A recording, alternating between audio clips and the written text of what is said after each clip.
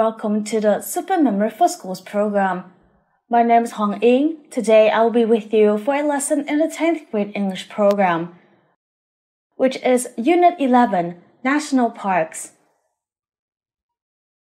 As you've already known, the national parks have a wide range of biodiversity. Therefore, they attract lots of visitors coming here to explore, to learn, and to research the breathtaking beauty of these places. In order to understand more about the variety of the national parks, today we're going to learn about the three most well-known national parks.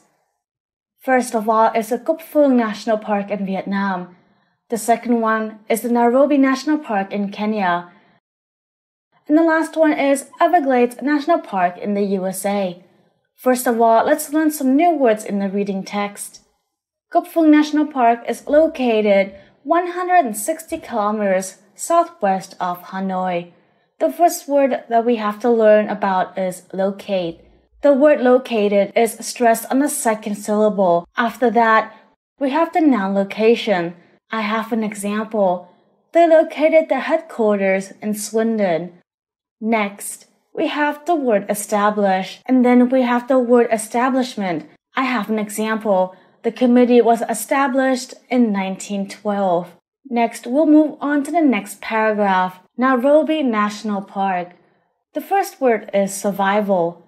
Normally, when saying the word ending with AL, we'll think about the adjectives. However, as for this word survival, it is a noun. The word survival is stressed on the second syllable, which means I have another noun, survivor. I have an example with the noun survivor. He was the only survivor in the accident. And the verb is survive. I have an example with the noun survival. The doctors told my wife that I had a 50-50 chance of survival. Next, I have the following excerpt. An interesting feature of Nairobi Park is the orphanage, where lots of orphans and abandoned animals are taken care of. The first word is the verb orphan. This word is very special because it is both a noun and a verb. The noun of orphan. In our reading text, we'll see the phrase orphan animals, so we can understand that the orphan animals are the ones that become orphans because their parents are dead. We have another word, orphanage. I have an example with the verb orphan. The children were orphaned by the war. The next word that we're going to learn is abandon. I have an example. We had to abandon a car. And finally, we'll learn about the Everglades National Park. The first noun, wilderness. The word wilderness is stressed in the first syllable. As you've already known, the wilderness is where the soil is not used for farming and has really few people occupying it. I have an example. Large parts of Canada are still wilderness. I have the following excerpt related to the word contamination. The contamination has threatened the park and many of the animals in it.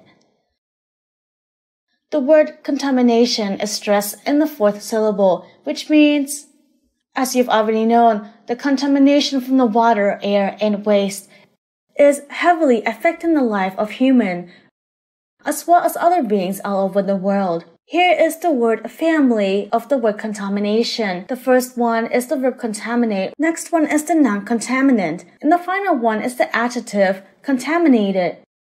The last word of today's lesson is toxic, an adjective. The word family of this word includes toxicant and intoxication. I just learned some vocabulary that's relevant to the unit. I hope that these words can help you expand your vocabulary with much more meaningful words. See you in the next videos of the Super Memory for Schools program. Thank you for listening.